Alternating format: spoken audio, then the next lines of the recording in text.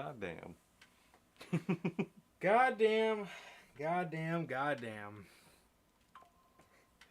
What is going on, everybody? What is going on, everybody, man? How's everybody doing, and how did you all enjoy the show? So, man, yeah, how's everybody doing, bro? How'd you guys like the show? Obviously, today, we're here to talk about, as you can see, the WWE Bash in Berlin. Why? This happened to me yesterday. This man. Man. Yes, we are here to talk about the Bash in Berlin. Man, what'd you guys think of the show, bro? What'd you guys think of the show? To be honest, I thought in terms of, in-ring, I thought this was one of their better shows top to bottom from the year. I think sometimes, with WWE, we get a lot of these cards that, usually they kind of have a match or two that kind of underwhelmed a little bit, but this show I didn't think had much of that. I don't think it had much of bad in-ring quality in there, or like, I don't know, usually we get some sort of mishap that happens within the WWE show, like I said, if I could think from, like SummerSlam, I remember, Bayley and Nia kind of underwhelming a bit, and then Sammy and Braun didn't underwhelm, it was just very short. Yeah. So it didn't really have time to get off the ground. But, you usually have your things like that, or I think from Clash at the Castle, I think to that women's tag match, and brother, that was just... Oh, that was a fucking match. That was a mess. But here, tonight, I think top to bottom, like, all of the matches were pretty good quality, if I do say so myself, man. I thought... like I said, I thought top to bottom, this was one of their better shows, and there wasn't really much in here that you looked at and said to yourself, like, ooh, that was pretty bad, personally. Yeah, definitely. I thought it was a pretty solid show. Overall, top to bottom, it was a fine show. There was some great matches. What? There was some great matches, some fine matches, and some fine matches. It was a solid show. Yeah, bro. I mean, like I said, man, I thought the show was very solid, man. And man, I did not know until now. The main event went 35 minutes. It was a very mat-based match. Mm-hmm. It felt long. It did. I didn't know it was 35 minutes though. I did not know that. Kind of crazy, if I'm being honest. Bro. Like I said, man, other than that, man, I thought the show was pretty good top to bottom. Like I said, I thought there was a lot of good, there wasn't really a match where I just looked at and said, man, that just fucking, that really blew dick. Exactly. There was nothing like that on the show for me. But yeah, man. So, what is going on, everybody, man? What is going on? We're back with your Bash in Berlin 2024 official review. The first show in Berlin. I think the first major televised show in Berlin, and I think they said 27 years. That's insane. So, and actually that might have been SmackDown. That was the first televised show. As to any pay-per-views in Berlin, that I couldn't tell you. I think they said it was the first time ever. I believe Makes so. sense. I believe it. But yeah, man. So, what is going on, everybody? Welcome back to another edition of the WWE post-show review, man. And yeah, welcome back, man. If this is your first time watching, guys, do not know how the show works. Every Monday, we're on here after Monday Night Raw with Unscripted. Every Friday at 4 p.m. Central, we are on here with the news. And after the AEW and WWE pay-per-views, we are live directly afterwards with the post-show review. So, obviously, as you guys know, we were live last weekend for All In. This weekend, we're live at Bash in Berlin.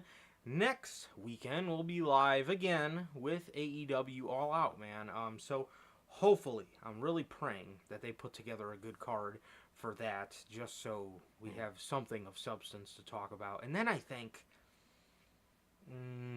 oh no, never mind. I think there's a Dynamite in there, and then we're at Grand Slam. Yeah. I'm pretty sure. But anyways, yeah, a lot of big stuff. Yeah, a lot of big stuff coming up, bro. So, yes, if you guys, again, Monday after Raw with Unscripted, Friday at 4 p.m. Central with the news, and directly after pay-per-views for AEW and WWE, live afterwards with the post-show review, man. So, if you guys did miss this past Friday, or yesterday's edition of the news, it's not available yet on all platforms, but it should be available, as well as this Bash in Berlin review tomorrow, sometime in the afternoon.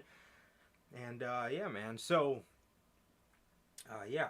Also, if you guys have not got a chance to get your hands on some of the official Notorious Hills Podcast merchandise, get your shirt to commemorate the rebrand of the podcast with the NHP Last Chapter merchandise, man. You guys can find this live on the merch shop. That's bonfire.com.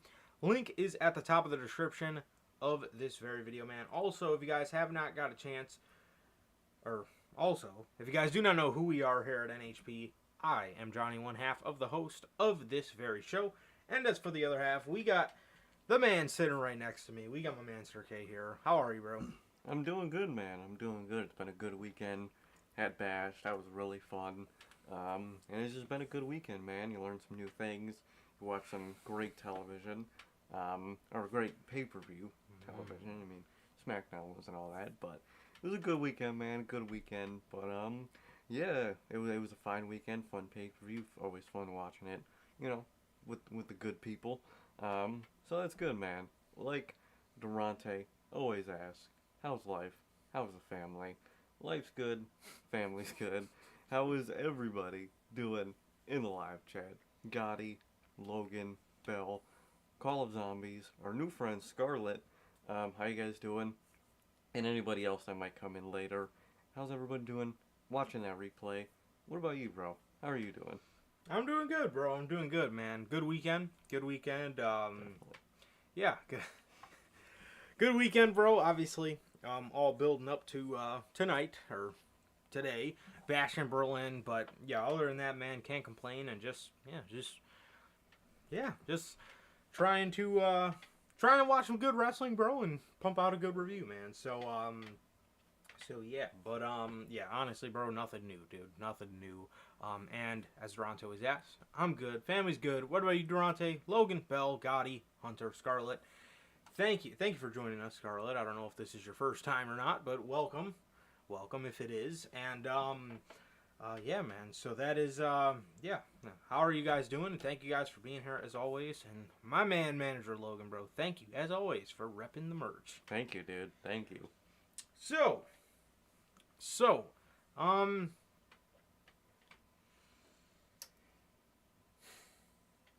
the show opened up with,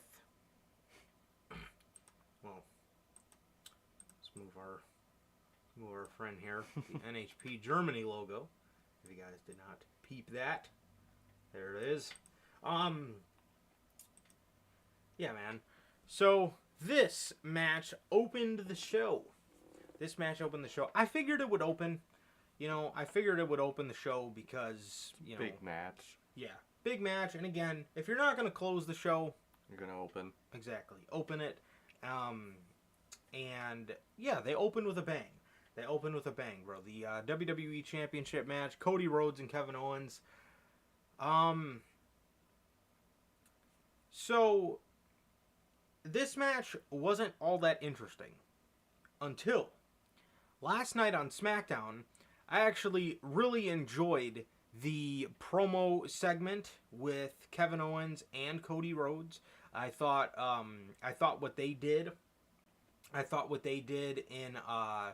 their promo battle with sort of exposing Cody Rhodes' injury, or if there was a possible injury surrounding him, Kevin Owens sort of exposed it, where like I said, he kind of put Cody on blast a little bit, and it made this match a little bit more interesting in terms of I guess in terms of unpredictability, because, if Cody was really injured, we don't know if maybe they're going to do a hot shot title change or overall, I didn't think they would, unless the injury was very serious and we just didn't know about it. Mm-hmm. But I thought what they did added a nice chunk of unpredictability to it. Like I said, being that I mean, this is new news to all of us that Cody Rhodes is injured or he might be injured or any sort of speculation around any sort of injury with him.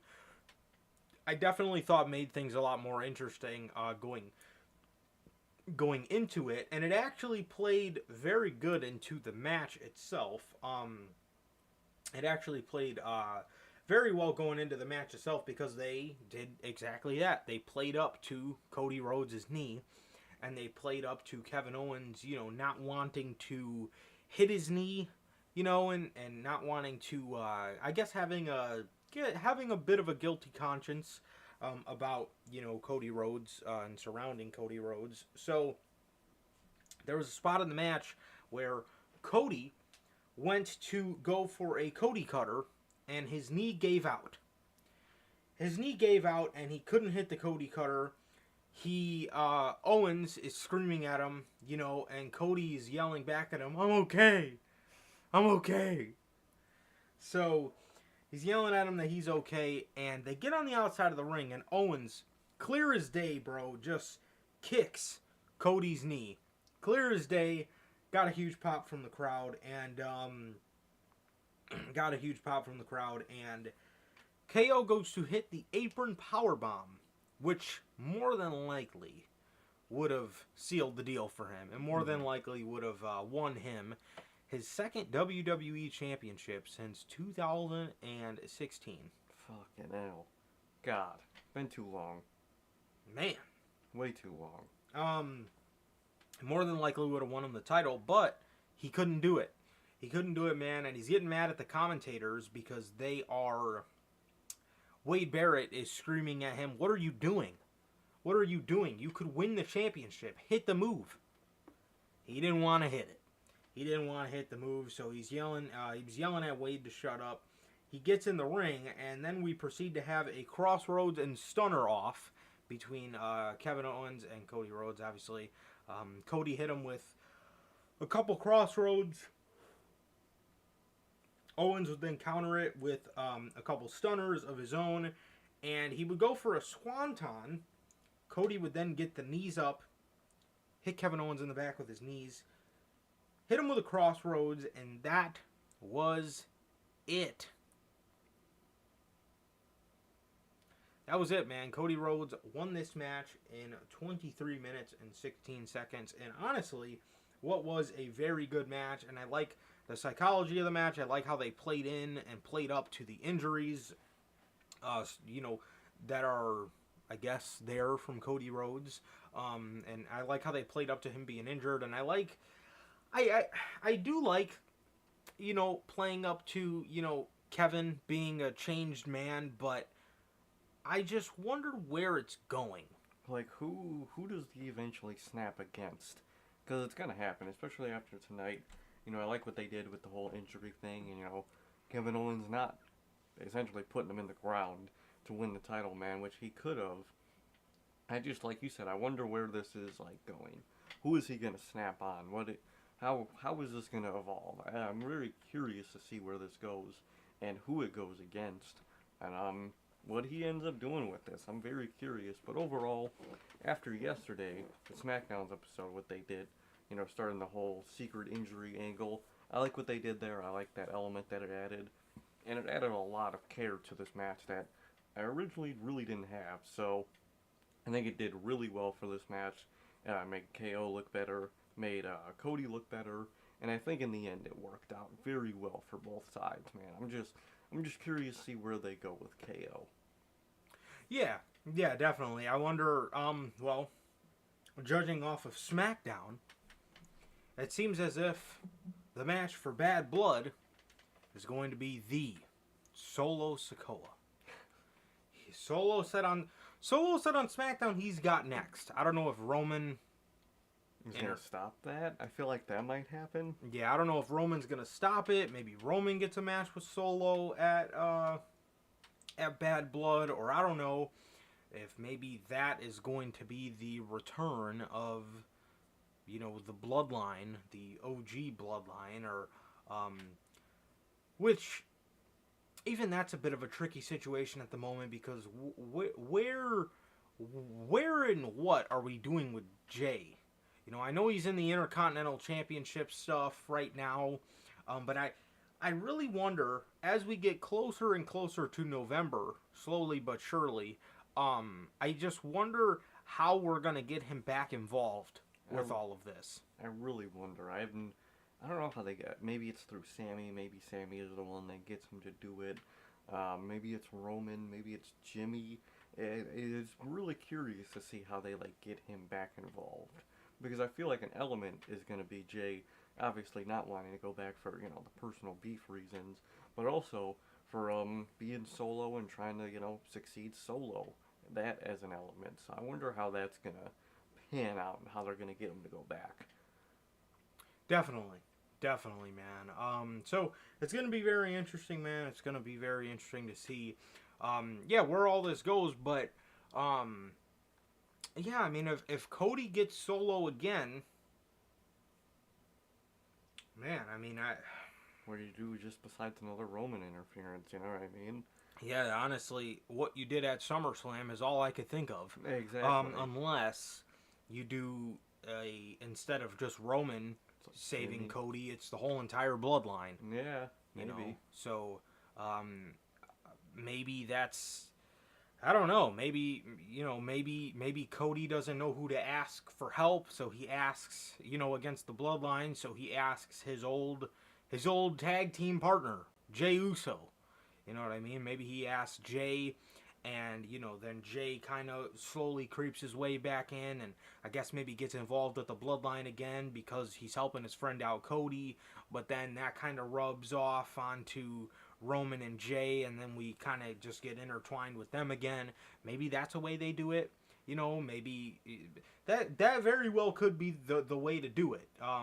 Because I honestly don't really know how else, man, other than these guys having a tie-in to Cody, Jay and Sammy, that is, and then maybe having them, yeah, maybe,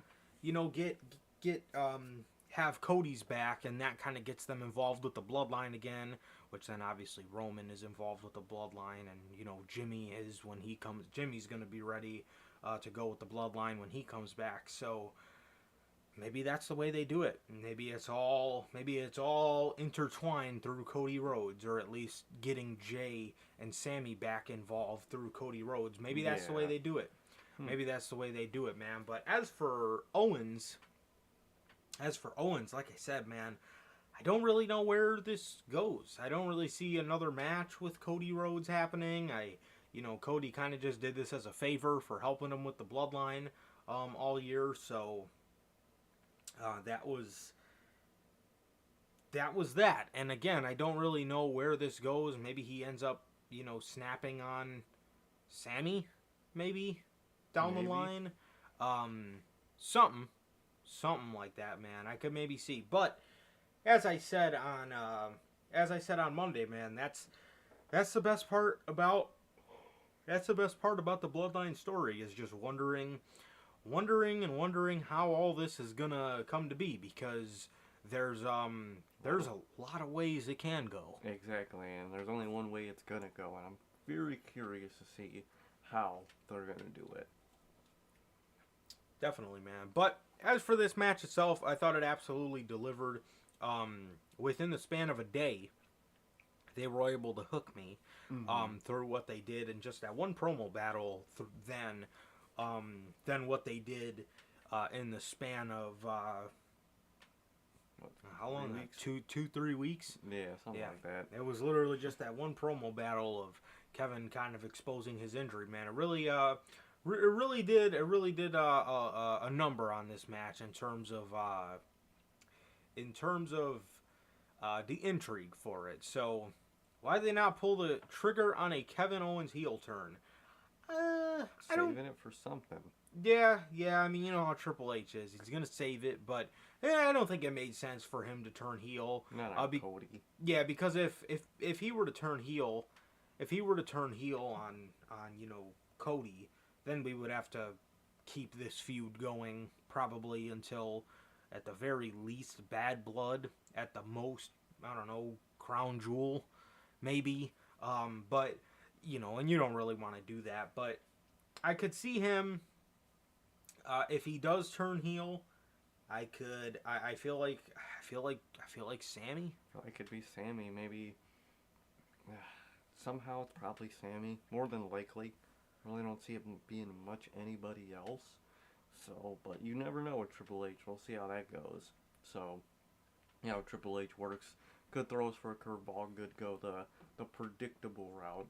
But either way, I'm very curious to see how that eventually happens. For sure. So yeah, that was the match, and then afterwards, Cody is in the ring and he's crying. Shocker. He's crying and he's telling Kevin, "Come on, man, shake my hand." And Kevin's laying in the corner and he's pissed off, obviously, because he just lost. Cody's wearing the belt and he's down on one knee looking at Kevin and he's crying and he's putting his hand out, for Kevin. And Kevin gets up. He's leaning on the ropes, and Cody's still standing there, and he's crying, and he's just got this very sad look on his face, like he's literally on the verge of tears. And you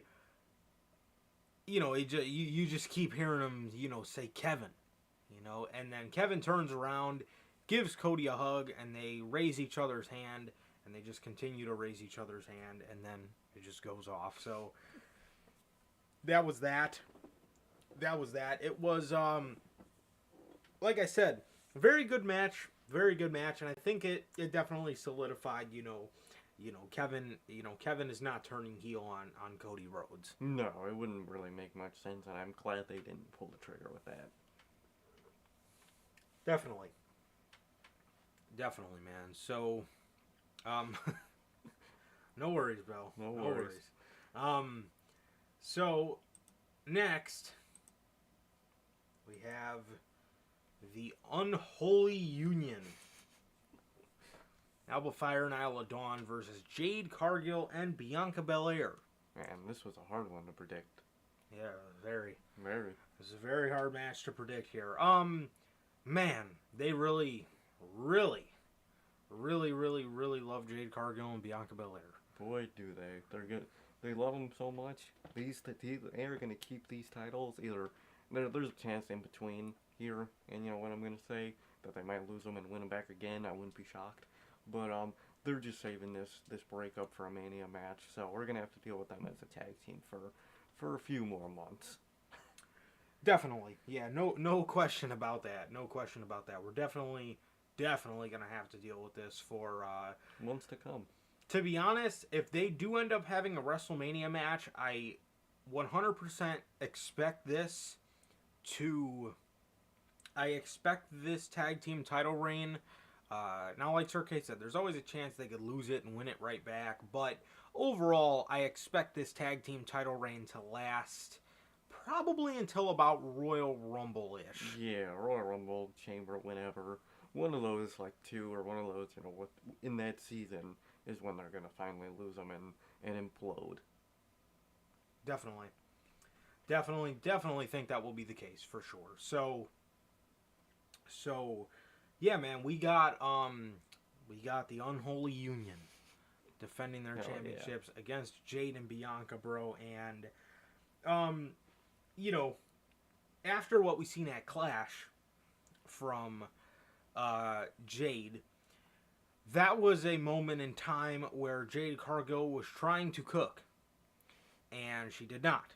She did not cook in the slightest. What she did do was botch almost everything that she did. She was botching springboard. Her footing was all off. I mean, it was rough. Here, I was expecting something like that, and I was pleasantly surprised with what we got, because what we got was Jade being very smooth. I mean, very cookie cutter. Very cookie cutter. She kind of just came in, did her big spots, and called it a day. But it was, for the most part, it was smooth. There was no botches. No. There was no botches, and honestly, bro, that's all you can ask for sometimes. Exactly, man. It was a fine match. Did way better than the fucking Clash at the Castle match. So at least would have been better. And it was a pretty solid match, man. I think they all pulled their own, and it was a pretty solid match. Obviously, predictable ending. I think we all knew how this was gonna end, and it ended exactly that way. Obviously, with Bianca and Jade winning, obviously. But other than that, it delivered way better than I thought it would. So can't really complain there. Definitely. They beat Isla Dawn. They pinned Isla Dawn with their wheelbarrow, kickback German suplex move that they do. They did that and won back the WWE Women's Tag Team Championships. So Jade and Bianca are once again your WWE Women's Tag Team Champions, and it's going to be very funny to see how much more we see them than we ever seen Isla Dawn and Alba Fire on WWE television. Oh, it's going to be night and day from how much we see, from one tag champ to another. It's going to be insane. They're going to be all over. Definitely. So, yes, Jade and Bianca are the tag team champions again, and I hope they. I mean, it's the women's tag titles, bro. Like, come on, dog. Man, what? Ugh. Yeah, is there even any teams for them to face? I mean, the Pure Fusion and Damage Control just got a match. So, yay. I mean, they just got a match a couple weeks ago on Monday Night Raw, so I highly doubt they're going to be getting a title shot soon. So, in all honesty, I seriously have absolutely no idea who can even compete for these titles right now. I have no clue. I don't think they know either. All they know is the eventual turn and singles match we're going to get in like 9 months. So they're not thinking ahead with this. So one of the few times this man Triple H doesn't think ahead is with this, man. So we'll see them on TV when they have challengers. That's about it. There it is, man. So yeah, that was that. With the next match, we got the strap match between CM Punk and Drew McIntyre. So, this match was the traditional strap match where you got to tap all four corners. You got to tap all four corners and, instead of pinfall. So that's, the way to win. I think that was overall the better option. So you did not have to pin That is true. one of these guys because, Drew can be kept strong, although pinning Drew McIntyre wouldn't have hurt him in the slightest. Pinning him, you were able to beat Drew McIntyre, but you can still have Drew McIntyre have some heel ammo, I guess, in him by being able to tell Punk, you didn't pin me. No, you know what exactly. I mean? All you did was tap some corners, and overall, that is how you won the match. But overall, I think this was the better option. And I like the rules overall. I mean, we've seen a couple strap matches. At least I've seen a couple strap matches like this growing up. I know Vince had strap matches to where, it was just a regular match, but you had a strap around your hand. I think they did great. I think they did great under the stipulation. I do think there was a couple moments in the match where you're just looking like, dude, you're right next to the fucking corner. You can tap it, but they just didn't. But I guess they were just building some drama for the match. But so there was a couple, kind of stupid blunders in the match like that where, again, I'm just kind of looking like, bro, just tap the fucking corner. You're standing right next to it. But they just, for whatever reason, didn't. And but otherwise, I thought the stipulation went great, and I thought the return of the classic strap match was definitely the way to go. Yeah, I think they made a good decision overall. I really like the production of like the lights in the corner that indicated. They easily could have just done like a graphic on the screen that was a counter, and they like kept resetting and whatever. And they didn't do that. They went with physical lights in each quarter that you had to pay attention to. So I actually really like that element. And I think both guys did their own very well. CM Punk, he did really good, man. He did really good. I think this protected him really great. And obviously, not much you have to protect with Drew McIntyre, in his current spot. So I like what they did with McIntyre. McIntyre was fucking great. And Punk did really well as well, man. So fingers crossed, he's all good. But I think both guys did really good. The production I really liked. There was just, like you said, a lot of moments where I'm thinking, why did you do that? Why aren't you doing this? There was that part where Drew had Punk on his shoulders and he was going to tap each corner, and Punk was tapping the corner right after him. So if you're in kayfabe Punk shoes, why would you not let him run towards the last corner and then reach your arm out first and then you win? And it was because Punk just ended up like getting him down, and that bunch of moments where I'm just thinking, why'd you do that? You know what I mean? So, which also kind of didn't make sense logic-wise, because they said, and what kept happening now that I'm thinking about that moment, during that match, if, someone else hit, the corner after you, the original person reset. In that moment, in that sequence, Drew's wasn't resetting at all. He got to 3 of the corners where both of the lights were on. So why didn't it reset then? A lot of little logic gaps in the match, but overall, I did really like it. Like a lot of just like Logan says, a lot of like the interruptions didn't really make sense. They would count one thing and not count the other. Just a lot of little logic gaps. Which was more funny than bad. I'm just like laughing like, why are you doing that, man? And in the final moments, Punk had all 3, and he was walking towards the last one slower than he walked to all the other 3, and he just stops, fucking goes, grabs his bracelet, and then hits it and wins. And I'm thinking, bro, you could have just won, grabbed the bracelet, and a day. But just a few logic gaps. But overall, I think the guys did good. I think the overall production of the visual was really good. I really liked the lights in the corner. I liked that element a lot. It was better than just a graphic in the corner of the screen, in my opinion. Makes you pay attention to the match more, which I really like. Besides those little inconsistencies that to me didn't really make sense, I actually really like what they did here, man. I think both guys did well. And although apparently I heard, from you guys on the media scrum that CM Punk says, he's done with McIntyre. I don't think McIntyre's done with CM Punk, so I still think we're building up to that Bad Blood Hell in a Cell match, man. So I'm excited to see where it goes after here. Absolutely, man. And I mean, from the looks of it, it looks like Punk got through this match unscathed, which is great news.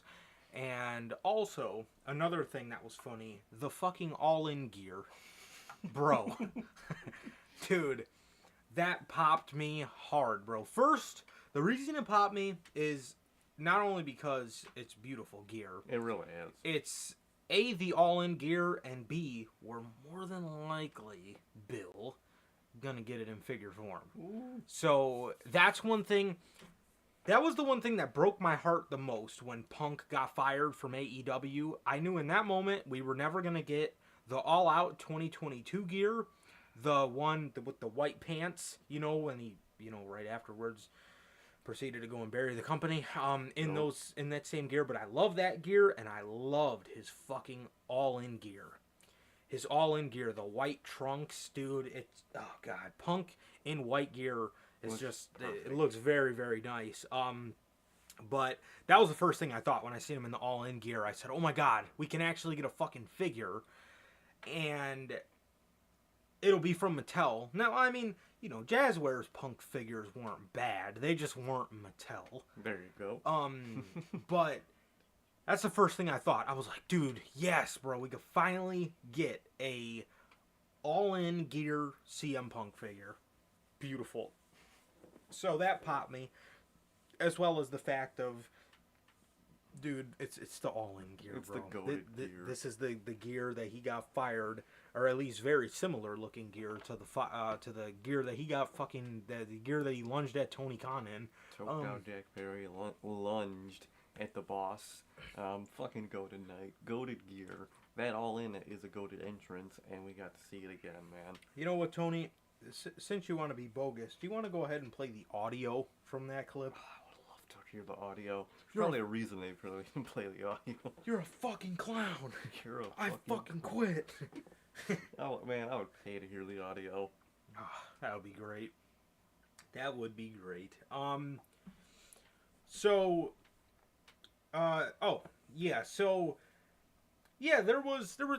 was a lot of resets, there was a lot of interruptions, and the one thing I thought specifically, dude, was at the end of the match when Punk goes around, he taps all three corners, and then he just starts dragging himself to the last one as if he didn't just run around the ring to hit the other three. He stops, looks at McIntyre, hits him with a GTS. It's like, isn't that an interruption? Exactly. He interrupted it. Even though it was him to the other guy, it still would technically be an interruption. Which, another thing, they kind of AEW'd this match where they didn't really explain all the little rules to the match. That would have been really nice, because we had no idea what we were getting into, man. And I would just like the graphic. You explain that, the interruption rules and whatnot. And I would have really liked that. I think that would have helped this match a lot. Definitely. I definitely thought it would have. I definitely thought a graphic displaying like all the little stuff would have helped, because going into this, I didn't even know about any type of resets. I thought you just had to hit all the corners once. Exactly. I didn't know you had to hit them all simultaneously, uninterrupted. You know what I mean? And if there was an interruption, then they reset on you. So I did not know about all that. But that's the way it was. And Logan says it in the comments, but the last GTS, I thought to myself, isn't that an interruption? And then, so he's, like I said, he taps three of the four corners. He drags himself to the last one, but then he goes over by Drew, and, he wants to hit Drew with the GTS. So he hits him with the GTS, grabs his bracelet, puts it on his wrist, smacks the final corner, and CM Punk wins the match. CM Punk wins the strap match, and pretty good match. Yes, this was very good. I enjoyed it. He stood on top of Drew McIntyre. And, celebrated for a while as Drew was just laid out. And, it was a very good match, man. It was a very good match. I like that we've seen the traditional strap match. We haven't seen this one in forever. No. I always like strap matches. I think they're cool. Yeah, I like them a lot. I think they're very good. When we do get them, the last two we got were very good. Those are traditional ones, but the last two we got were Danielson and Starks, which was very good. Mm-hmm. And then we got Danielson and The Fiend. And I love that strap match. I think that strap match is very good. And here... What about the Texas Bull Rope match that we got? When the hell did we get that? I don't know. I just remember hearing that name, and AEW did it with... I think they did it with, like, Dustin Rhodes or something. Yeah, they did it. I think it was Dustin Rhodes and Nick Camarado. They did it a long time ago. It wasn't. It was like... It was, Nick Camarado was in the match. It was Dustin Rhodes and QT Marshall. That's what it was. We got a strap match with Cross and Drew? Really? Fuck, I do not remember. I mean, it was Cross, so... That had to have been when Cross first came back. It had to have been. Because I do not remember that shit. I don't even remember them feuding. No, I never remember a match between those two. If I would have been asked this question, I would have thought they never faced each other yet. Really? They had a bull rope match with Seth and Cody. They did? I remember them pulling out the bull rope in Hell in a Cell. Don't remember that they had a match with it. Huh. When was that match? Fuck. I Bull don't remember rope these match with matches. Seth and Cody. Maybe he did do that. That's probably why, but dang. Man, I don't even remember Cross and Drew feuding. No, I never. To be honest, I have like no recollection of that. Not at all, man. I mean, it's Karrion Kross. What do you expect? Dude's Karrion Kross. Man, that man did not turn out, bro. He did not. That is. Oh no. Okay.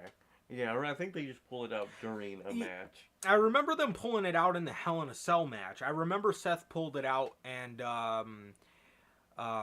you mean their match from WrestleMania Backlash? Yeah, that was WrestleMania Yeah, Backlash. because I remember that one. I remember they did the one-on-one match at Mania, and then I remember they did another one-on-one, and then it was the Hell in a Cell. Yeah, and then they just brought out the bull rope for Hell in a Cell. Yeah, Seth pulled it out to I don't know. I guess remind Cody of his father.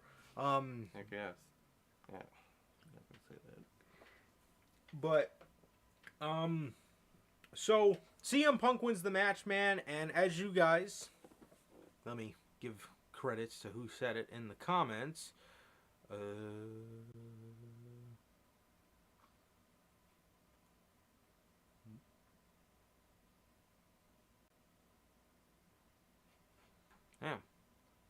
Gotti, my man Gotti. Gotti says in the comments that Punk said on the media scrum, he said he is done with Drew McIntyre, and he's going after Gunther. Is he? No, he ain't. He's still got one more McIntyre match. Now I'm gonna be honest. Okay. I could see that match, dude.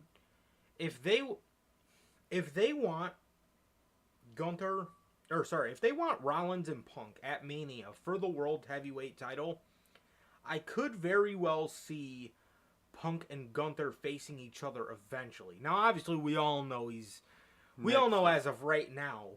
At Bad Blood, we know who he's actually gonna face. Exactly, and at Bad Blood, I mean, we all know this is gonna. I think it's like 27 years to the date from the first Hell in a Cell match. Yeah. McIntyre and Punk are obviously going in Hell in a Cell. Definitely. Hopefully Punk makes it out of that. And if he does, I could very well see him going after Gunther. I could see it after he's actually finished with McIntyre. I could actually see him then actually going for Gunther. As for Punk and Rollins, man, if they really want that match to have the World Championship, which I don't know if they do or not, but if that is the plan, then I don't know if I see Punk beating Gunther. I don't know if I do either. I feel like that'd be difficult to fucking make work. I mean, it's Gunther, and Yeah. realistically, he would decimate Punk. Yeah, he would. So it's like I'm very excited for that match. That's gonna be fucking brutal. I could see that as a Rumble undercard match, or I could see that at Survivor Series. Yeah, as a undercard match for War Games. I could see him very well going after Gunther, and I think that would be very good because if trust me, man, if Gunther thinks Orton is a screw up, what does he think of CM Punk? Dude, those promos are gonna be fucking great. He's talking about how he got himself fired, and dude, it's gonna be great. Dude, don't fight me backstage. It's gonna be great. Yeah, it really would, bro. Just gotta bring up Colt Cabana. That's one way to piss him off. Tell CM Punk he's not for workers' rights. Exactly. That'll fucking piss him off like a motherfucker. Yeah, that just spiraled into a whole bunch of stuff nobody's seen coming. No. Anyways. Man. Yeah, I could very well see him going after Gunther after he's done with Drew. Because I do see Punk winning the feud. Yeah. I think Punk's going to win the feud. I do. I think Punk's going to win Hell in a Cell. And I could see him going after Gunther for the for the in the undercard for Survivor Series. I could see it. I could see that. No way he wins, man. If the plan was to ever make Gunther's reign that short, they 100% should have did the Dragunov match tonight. Yeah. But I don't see Gunther losing. I don't know. This is Triple H we're talking about. Exactly. It's Triple H. He loves Gunther. And CM Punk's great, but he's just too old and brittle for that to, like, work, if that makes sense. So, yeah. It's very interesting.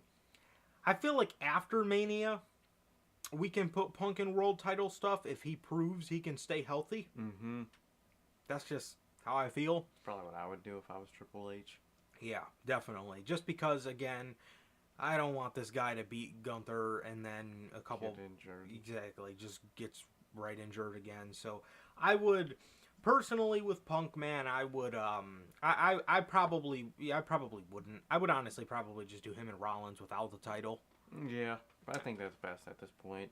Yeah, because I think the original plan was to have Punk win the title at Mania, and I honestly, if the plan was for him to drop it to Gunther, I could very well have seen Punk dropping it tonight to Gunther. Probably would have been tonight. So I could have definitely seen that happening, but yeah, I don't know, man. I don't know. Yeah, it's tricky, but I could very well see them putting a Gunther match in there. And if I were to have a prediction, man, I think I would probably say it would be at the undercard for Survivor Series. I would think so. I could definitely see that. As for Drew, to keep it a buck with you guys, I have no fucking idea what he's going to do after this. I have, especially if he loses the feud. He might as well go on vacation till Royal Rumble, because I don't know what he can do. Yeah, that honestly might be the best option. It might be the best, so he comes back pretty fresh and renewed. Yeah, and because... What do you do after you lose to fucking brutal Punk? Yeah, I have no idea. I have no idea what he would do after the Punk feud. But I'll say this. Punk has his bracelet back. Drew McIntyre has nothing that he can really tell, CM Punk to really, he has nothing, that's, I guess, really left to get under his skin with. Unless, what's the word I'm looking for? Unless he brings up all this stuff that Punk did to him when he was young in the business, which is why I said it yesterday on the news, but I'm gonna wait and hold judgment to really rant on it, and hopefully I don't have to rant on it, but I'm really gonna need something else. Like I said, the bracelet stuff was great, but at the end of the day, we've been seeing the bracelet stuff since beginning of July. Mm-hmm. Okay, it's almost been 2 months. We've been seeing the bracelet stuff, obviously going into SummerSlam and all that stuff. So it, that again, it's a very simple form of storytelling, and it did work. It worked great, but that can't be the whole crux of the feud. Is I hate you because I want my bracelet back. Now we need to hear, now that the bracelet is gone from Drew McIntyre's wrist, now we need to hear why do you hate Punk so much? What exactly did this man do to you? Exactly. How did the beef start all the way back then? You gotta tell that story. You have to.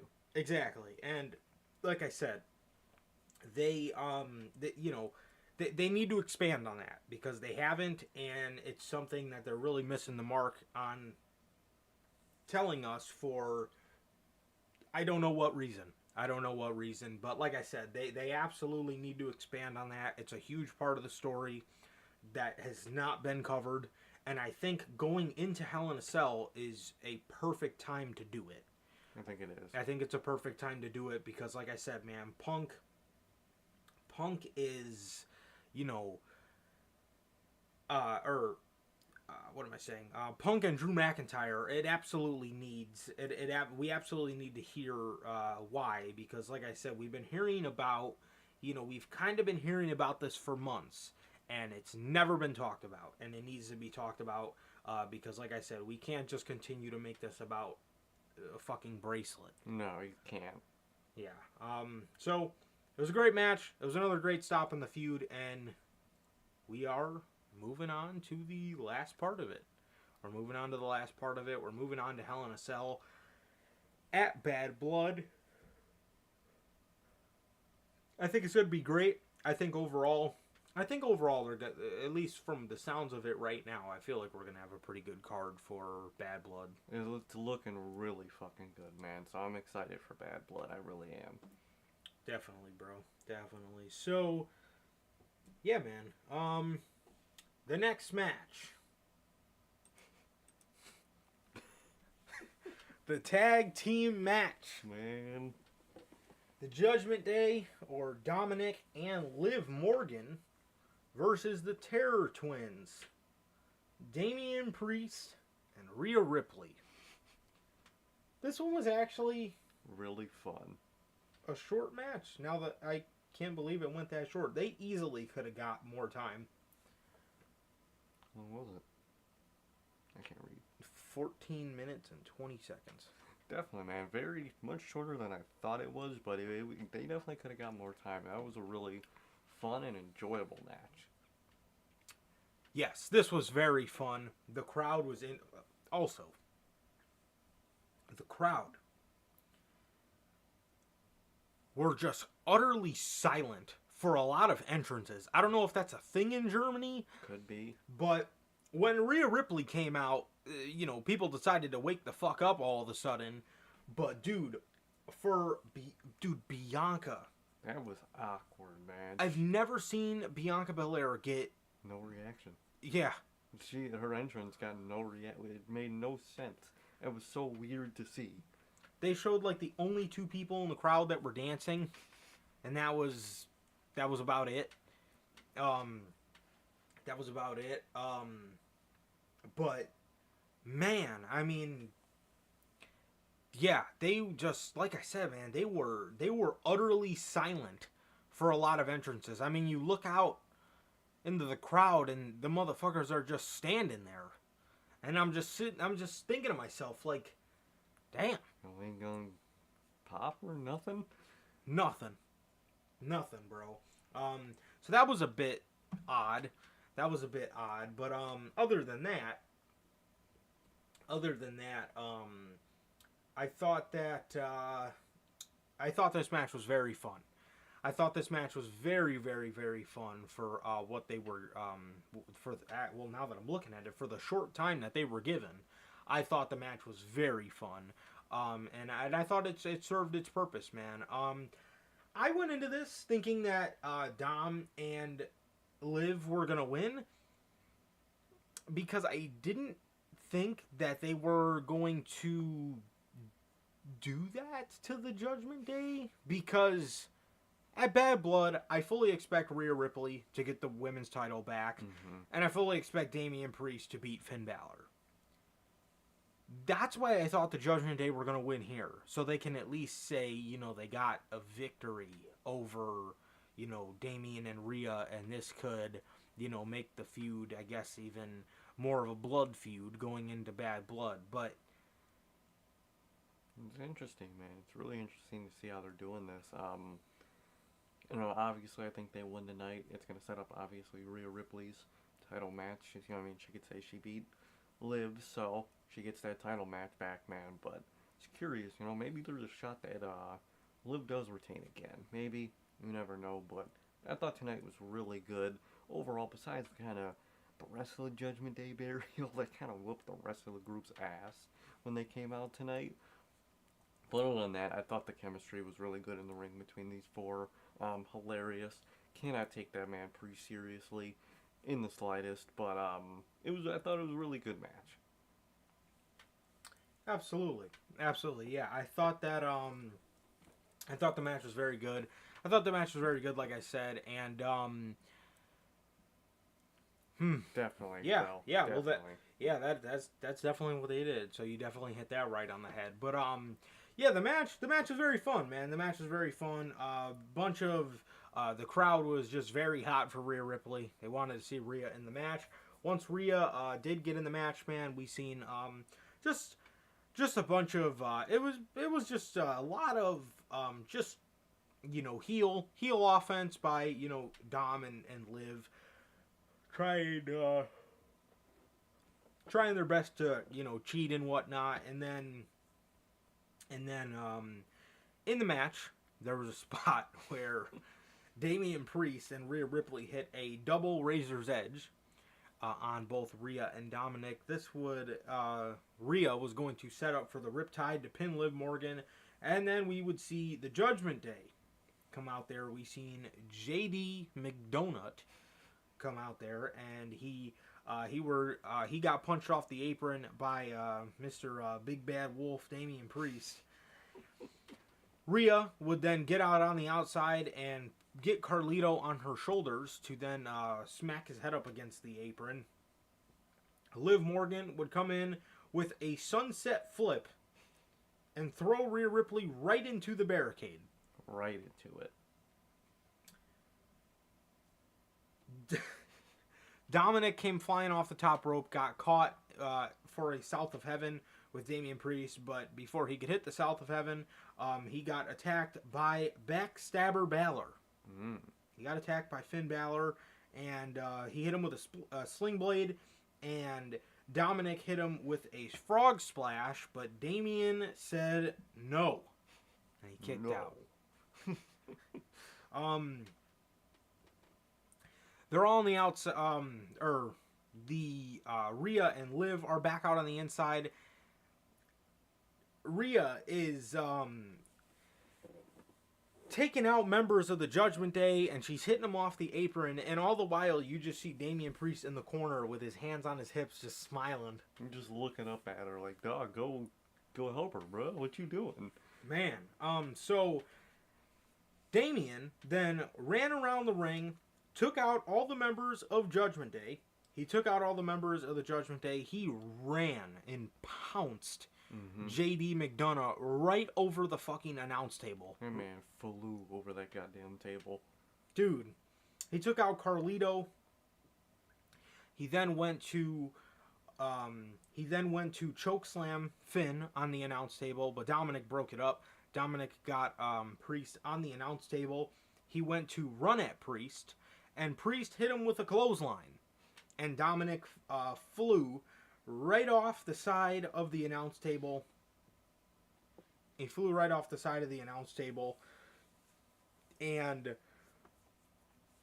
while in the ring, Damian was standing there with his hands in the air as Rhea Ripley hit a Riptide on Liv Morgan, thus pinning the Women's World Champion and beating her square in the middle of the ring, bro, which secured the victory for the Terror Twins.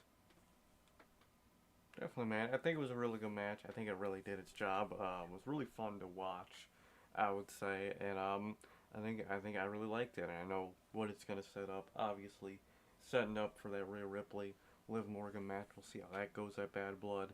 They're also looking to set up probably what's gonna be Finn and Damian.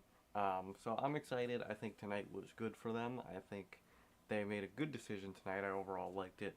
Could have made the Judgment Day look a little better, but at the end of the day, it's Damian Priest and Rhea Ripley. This company loves those two, so obviously they're gonna look better. But overall thought tonight with this match was a success. Yeah, absolutely. I thought, like I said, man, I thought this was a very, very fun tag team match and got the crowd going. It got the crowd going, and sometimes, bro, that's all you can ask for, man. Sometimes that's all you can ask for. Like I said, it really did. It got the crowd going and stuff like that. But man, we'll have to say, past this feud, I am very concerned for Damian Priest. Yeah. He just does not look believable as a babyface standing in the ring, bro. He does not, man. What babyface thing is he gonna get into after this feud? I can't think of anything, because at the end of the day, he's just not a babyface. Even during this, they had it coming. They were fucking on the last. I think it was on the Raw. Obviously on the last Raw. I think they were. That was that promo where the Terror Twins were like, "Oh yeah, you claim we're the villains of the story. I guess we are. At least for Damian Priest, you kind of are. So where do you go after this? How are you gonna stay a babyface? I'm very curious to see how they're gonna keep that up." Me too, man. Yeah, I am very curious to see, because I don't know, man. There's just something fucking hilarious about him, smiling and fucking doing the NWO pose at Rhea Ripley while he's just cheesing. He just does not look like a baby face, and it's just very funny to see him look like a baby face. It is very funny, man. But I think Rhea will be fine, but I don't know. I don't know about Damian, man. I don't know. Just as a baby face, man, I don't know. I mean, obviously now he's fine because, everybody understands the story with, Judgment Day and whatever, but yeah, I mean, I don't know. I don't know past this feud. I don't know what exactly Damian is going to do. No, I really don't. Especially if he's giving one-liners like the one he gave to promote this match. We're your devils and we're coming for you. We're coming for you. Mr. Bronchitis, man. I'm curious to see how he's gonna go, man. Definitely, dude. Definitely. So yeah, that was that match. And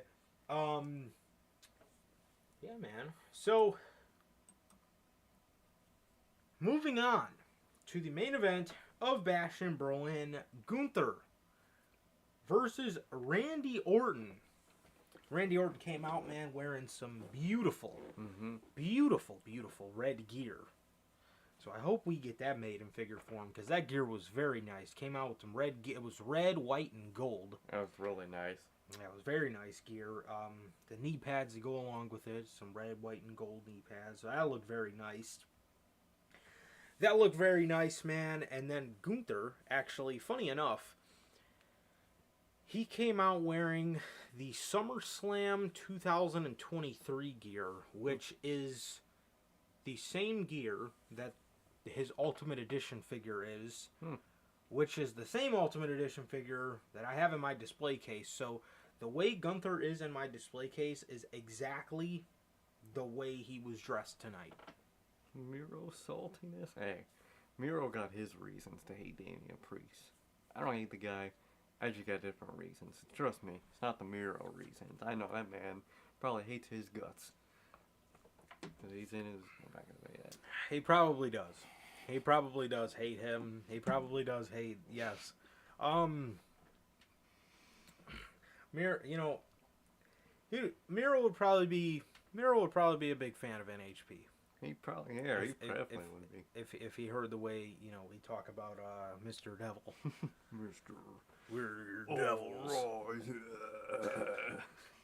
Fucking man is hilarious. Damian Priest, bro. Golly. That dude. So Gunther and Randy Orton.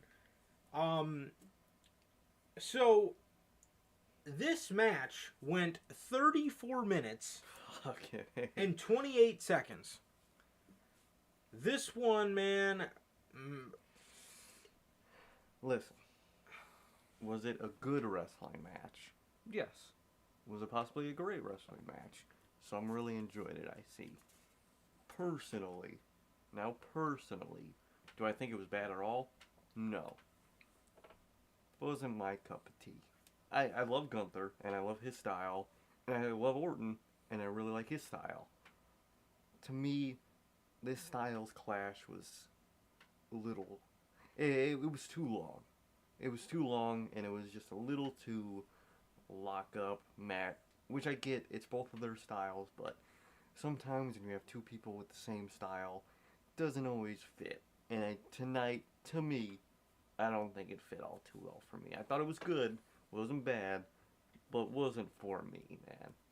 If you were to give another 5 minutes to the strap match, and another 5 minutes to the Terror Twins match and shave 10 minutes off of this match, I would like a lot more. I think that would have been it. Mm-hmm. Again, the styles clash. Now, honestly, man, the styles clash with these two is not. It's not bad. No. It's not bad, and I'm not one of these guys that just thinks a banger has to consist of fucking two guys going at 100 miles per hour. Exactly. Not at all. Yeah, that's not, I mean, you guys know, man, that's not, that's not my cup of tea either. And again, I enjoyed the match. Yeah. I just thought for what both of their styles have to offer, I thought it just went a little bit too long, and I thought it was a little too slow paced. Yeah. I would have liked if they would have been able to pick it up a bit. If it was shorter, so they could have went a little faster. So they were slower because they had to stretch out the time in this very long match. And I think it would have been better if they cut the match down a little bit and were able to pick up the pace. Yeah, honestly, man, I really agree with that, man. I just thought, a lot of people, again, I seen a lot of people already saying, that this match was boring or whatever. I wouldn't give it that. I wouldn't say the match was boring by any means. I enjoyed the match. It was a good match. Again, I just thought it just went a bit too long, and to the point where Orton is sitting down on steel steps. He's so gassed. You know what I mean? That man was gassed like a mother. He was giving Rock a run for his money. No, okay. Well, Randy didn't need fucking water pickups like he's playing fucking Resident Evil, so he is that over Rock. Nothing will be as goated as the Rock, who is probably one of the most fit people on the planet, needing heel ups in the main event of WrestleMania so he can continue with his match. Goated. And then still proceed to miss his footing and fucking fly face first right into the turnbuckle pad. Gotta love DJ. Gotta love DJ, man. Fucking Rock. So, yeah, like I said, I seen a lot of people, saying that this was boring or whatever. It wasn't. Their chops, and the strikes between the two, especially the chops with Gunther chops are Gunther chops, but, the strikes between the two, I thought were very good. I thought they were, and like I said, I did not think the match was boring by any means necessary, man. I just think it went a bit too long. Like I said, when you got fucking Randy Orton out there and he's fucking sitting on steel steps, trying to breathe, that tells me at his age, you probably shouldn't be putting him in 35-minute matches. Probably not. I don't think he's built for that nowadays. Exactly. So, yeah. Definitely, Bill. Definitely. Yeah, Zach. It's the same thing. A lot of guys, with mat-based styles, it's not that they're bad, because their stuff is beautiful to watch. It really is, yeah. But it's just those type of things, in my opinion, shouldn't go too long. Exactly. Yeah, they kind of have a get what you're doing and end it, and it was really good while it happened. But stretching it out, I think, to me, kind of deflates, my enjoyment of that. Definitely, but yeah, man. So Orton and Gunther, I thought had a very good match, man. I thought they had a very good match, and I liked, per usual, I liked just the dissection that Gunther put this man through. But I also like how Gunther, building up to this, was telling Randy Orton, nothing could catch me off guard. No. But there was a lot of times in this match where it seemed as if Gunther was not ready for what Orton had for him. For what Orton had for him, man. And I thought it really, it didn't just give off the vibe that Gunther was just whooping his ass and dissecting the shit out of him. Exactly. You know what I mean? It did give off that, Orton was putting up a fight too. And again, to people saying that this match was boring, it wasn't out boring. It wasn't a boring match. It was,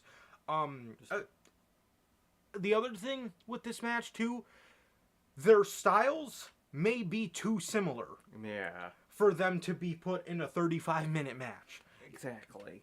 You know what I mean? Because, like, their match at King of the Ring, I don't know how long it was, but I can tell you it probably wasn't 35 minutes, and it was very good. It was a lot, and it was a lot more easy to watch than this one. Yeah.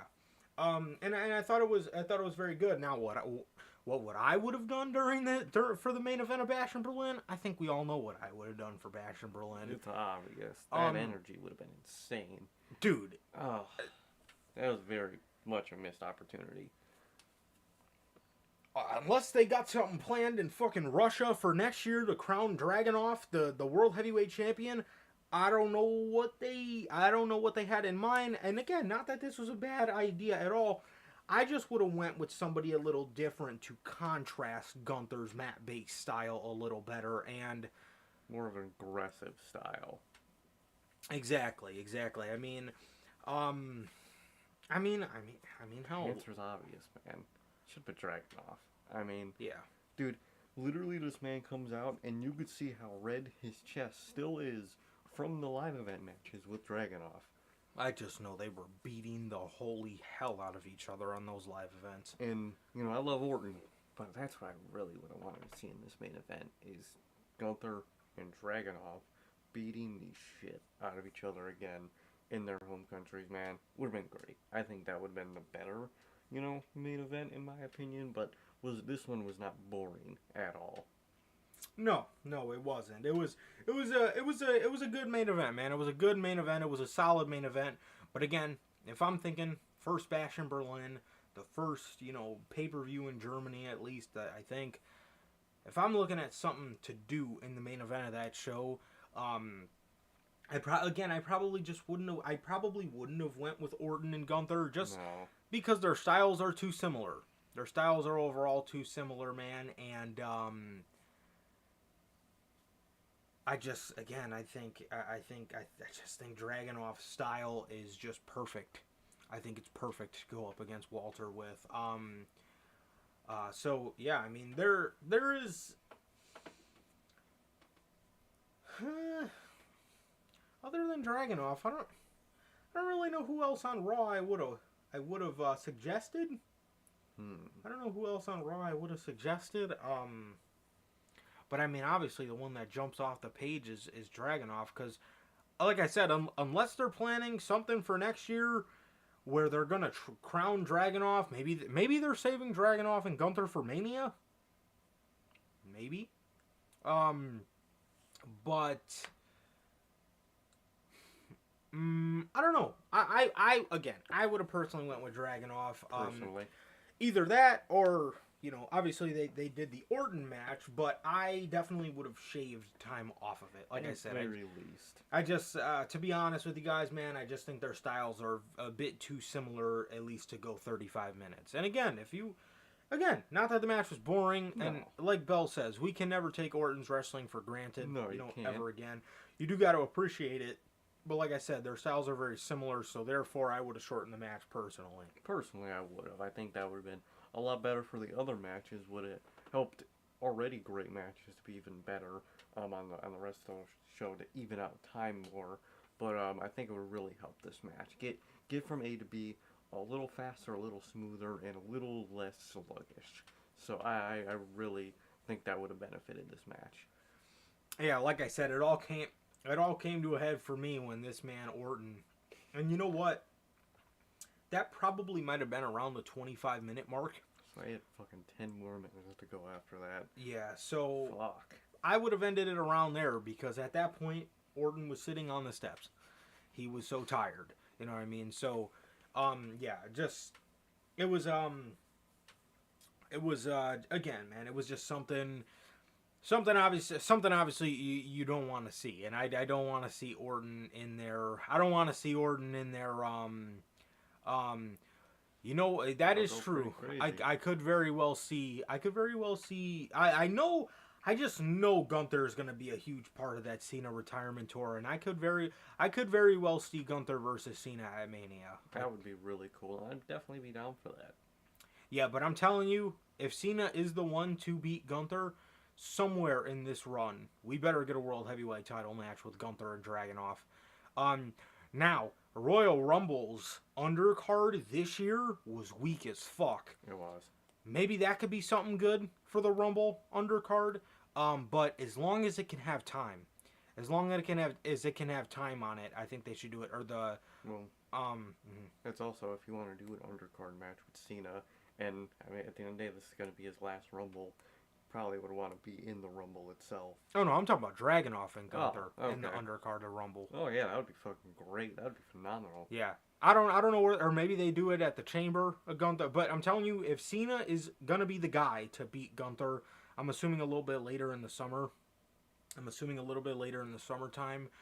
I absolutely need a Dragunov match in there somewhere. Definitely, I need it. Definitely. And if Gunther is going to ultimately beat Cena, I would like to see either Dragunov or Sami Zayn take the world title from him. Definitely, man. Definitely. Dragunov, Sami Zayn, Gable could be an option. So they got some options, man, and I hope they go with a good one. Definitely, man. So Randy Orton, he dropped Gunther through the announce table. He was doing his backdrop onto the announce table a little bit earlier in the match. But then he grabbed the steel steps, he sat down on them to catch his breath, and then when he got up, he walked Gunther up the steps and gave him a back body drop off of the steel steps through the announce table. He got him in the ring. He went for an RKO. Gunther countered it and pushed him off. Orton landed on his back, so now his back was kind of bothering him. Gunther, right at the perfect time, chops Randy Orton right in the back. Oh, he slaps him. Yep, he slaps him right in the back. He had a sleeper hold on him.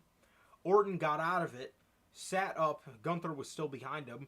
Gunther then sat up, grabbed him in the chokehold, tilted him back again, but this time he wrapped his leg around one of Orton's arms so he couldn't try to, break Gunther's hold. And Randy Orton, after about a minute or two trying to get out of the sleeper hold, Randy Orton passes out in Berlin, and Gunther retains the World Heavyweight Championship in the main event of Bash in Berlin. And yeah, man, that was about it, man. It was pretty good. It was a pretty good show, man. It was a pretty good show. There was really nothing outside of the matches that were obviously advertised. There was no kind of like announcement in this or like segment with this. It was kind of just the matches that were announced. Yeah, so very, very, very bare bones in terms of what they advertised. I mean, it was just exactly what they advertised, and that was it. Like I said, there was no in between match segments. There was nothing. There was nothing. There wasn't a turn. There wasn't an announcement of a show. There wasn't a graphic played for nothing. It was just nothing. Exactly. It was nothing outside of the matches, man. So, but other than that, man, I thought they turned out a very good show as always, and I thought they did a very good job, and I thought they did a very good job at, like I said, just doing what they advertised, man. Like I said, nothing too much outside of that. But Bad Blood has an earlier start time. Did they say what that is? Because that is... Okay. Oh, you're frozen. Oh, good lord. I think I might have to do the thing.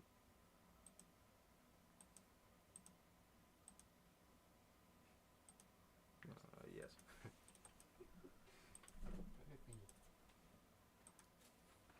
All right, apologize here really quickly.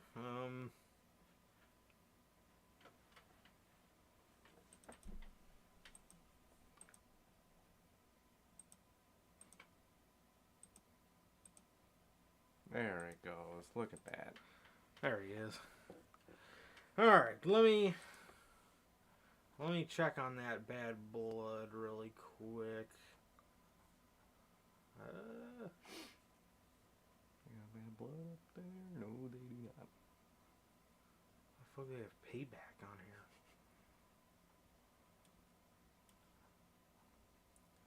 do not have Bad Blood on the website yet. Let me see.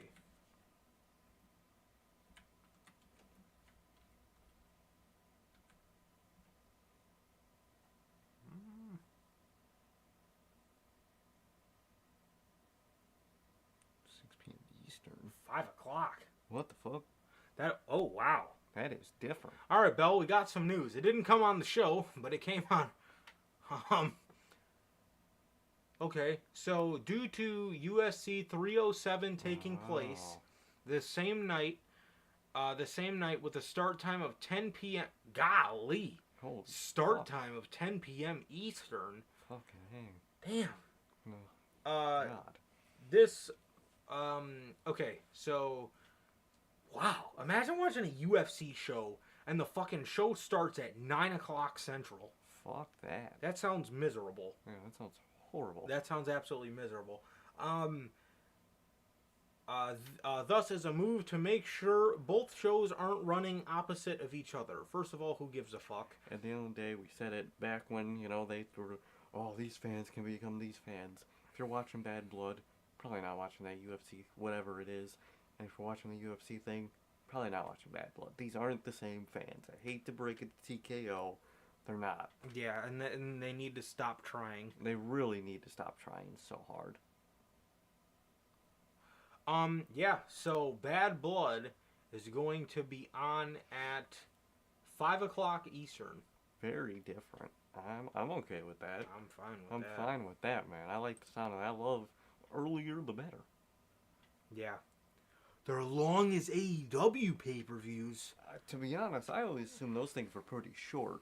Because, I mean, sometimes, you know, a fight can go 30 minutes or, like, 10 seconds. You know what I mean? So I always assumed that those things are, like, 2 hours, 2-3 hours long as 8. The fuck are they doing?